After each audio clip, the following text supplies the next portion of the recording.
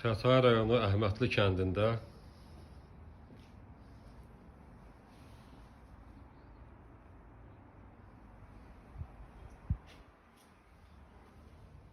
təmirsiz 2 otaqlı ev satışa çıxıb. Təmir yoxdur. Kürsülüdür.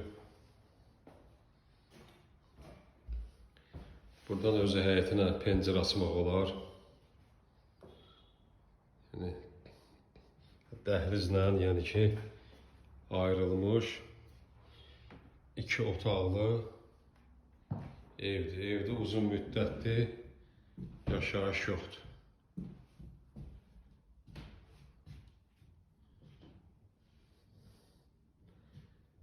Yaşayış yoxdur. Sənədi texpasport qeydiyyatlıdır. Çox güman ki, qiymətdə endirim olacaq. Evi təmir edib kirayə də vermək olar. Babək prospektinə də yaxın bir yerdə yerləşir.